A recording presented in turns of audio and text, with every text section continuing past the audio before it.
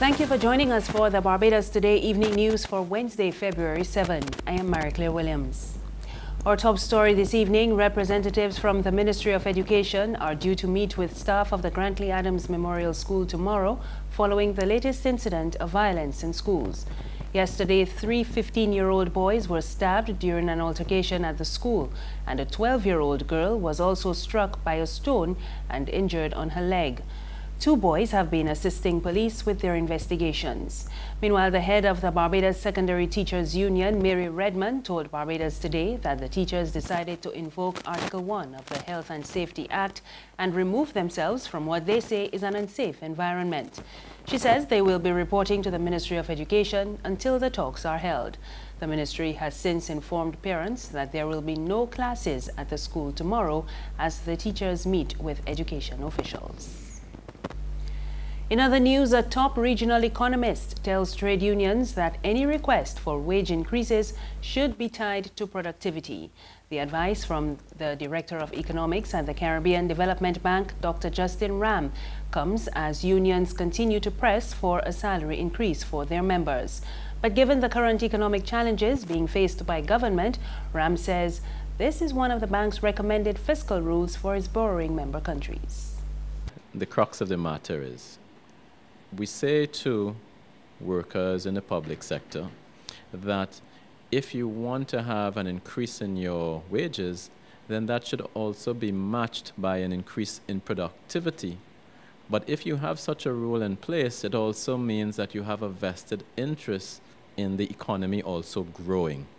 So that public sector workers must also have a vested interest in ensuring that the economy grows as well, because once the economy grows, and if you have a cap of wages of, let's say, 9% of GDP, then you could imagine that your wages will rise if the overall pie is increasing. So I think that these are important. So when unions ask for increases in salaries, we should ensure that those increases are also matched by improvements in productivity as well. Last week, the Central Bank Governor Cleviston Haynes painted a dire picture of the state of the Barbados economy, raising concerns over the declining foreign reserves. Dr. Ram says government needs to take urgent action to revive the economy. That the government needs to put in place a plan to coherently deal with bringing the debt to GDP ratio down to a sustainable level within a certain period of time. As I mentioned before, what does the government need to do? The government needs to focus on a debt management strategy. Right now, the cost of debt, that is to say, the cost of interest on debt, is quite high. You know, it's probably about 7.5% of GDP. In addition to that, so government needs to do something about that. How do you bring the cost down of debt? Secondly, the government must focus its efforts on how to reduce some of its expenditure.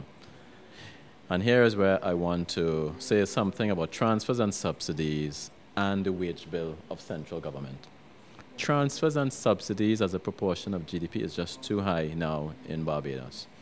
And those transfers relate primarily to transfers to state-owned enterprises, and there are, of course, some other subsidies. But it means that state-owned enterprises need to be reformed. The Chief of Staff of the Barbados Defence Force, Colonel Glenn Granham, says the launch of the BDF's website is part of the force's overall modernization plan. The BDF unveiled its website to the public this morning at its headquarters at St. Anne's Fort. We are all aware that any modern organization can attest to the value of timely and precise communications, targeting a range of audiences and designed to attain a number of objectives, normally at the operational and strategic levels. Equally important is the benefit of having a digital platform through which external and indeed internal partners and stakeholders can engage the organization.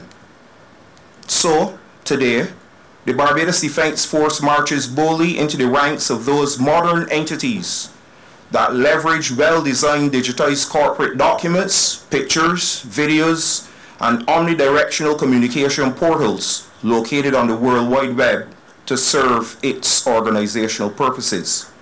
And Prime Minister Frundle Stewart says the local military is preparing to fight potential cybersecurity threats against the island. Of course, accompanying the growth in use of digital technology is the growing importance of cybersecurity, and I spent some time on this subject in Parliament as recently as yesterday.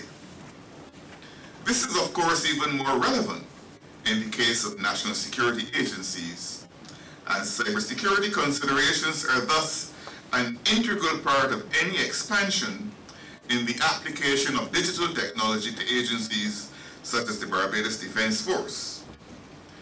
The BDF is actively working alongside other national agencies in developing our cybersecurity capacity. There's regional and international news after this short break.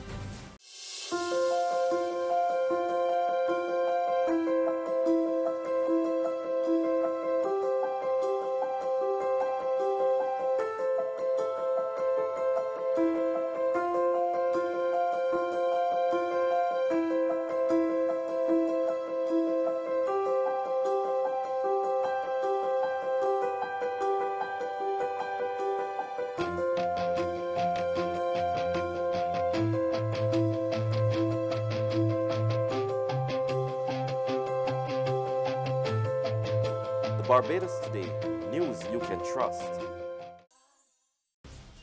Thank you for staying with us. We're back with news from the region. Jamaica's Prime Minister Andrew Holness has been meeting with U.S. Secretary of State Rex Tillerson. Tillerson arrived in Kingston as part of a visit to Latin America and the Caribbean. Holness told reporters the talks were positive and covered several areas, including trans-border crime, security, and economic transformation. He said the meeting agreed that transformation of Jamaica's energy sector is critical to the country's development goals. Tillerson, meanwhile, said Jamaica has made progress in combating the lottery scams and cooperating with the U.S. in extraditing those engaged in the illegal activity. On the international scene, the White House staff secretary is stepping down following allegations of abuse from his two ex-wives. We get more in this Reuters report. A senior White House aide on Wednesday said he would resign following allegations of domestic abuse from two ex-wives. White House Staff Secretary Rob Porter, seen here on the left, denied the accusations in a statement. These outrageous allegations are simply false. I have been transparent and truthful about these vile claims, but I will not further engage publicly with a coordinated smear campaign. The White House was quick to defend his reputation. I can tell you that Rob has been an effective in his role as staff secretary, and the president and chief of staff have had full confidence and trust in his abilities and his performance. Porter oversees much of the paperwork that goes to President Donald Trump for his signature. He often appears in the background, somewhat out of focus, in photos from the Oval Office. Here he is, maybe taking a selfie with economic advisor Gary Cohn. Earlier this week, thedailymail.com published allegations from one of Porter's ex-wives claiming he choked and punched her. The article included images of a restraining order she took out following the abuse. A second ex-wife told the news site Porter was both physically and verbally abusive. TheIntercept.com reported that the FBI learned of the allegations from both former spouses during background interviews for Porter's security clearance. And finally, Cuba has granted a visa to a senior American diplomat to lead the U.S. Embassy in Havana. Observers say it is a sign that both countries are willing to keep the lines of communication open despite a deterioration in relations between Washington and Havana since President Donald Trump took office. A U.S. official who spoke on condition of anonymity said Philip Goldberg is expected to take up the post as charge d'affaires in the coming days. He will lead a mission that Washington stripped of many staff 4 months ago in a dispute over mystery illnesses among its diplomats there. And that's news this evening. Remember, you can get more on our website, www.barbadostoday.bb. You can also subscribe to our e-paper, email updates, and like us on Facebook.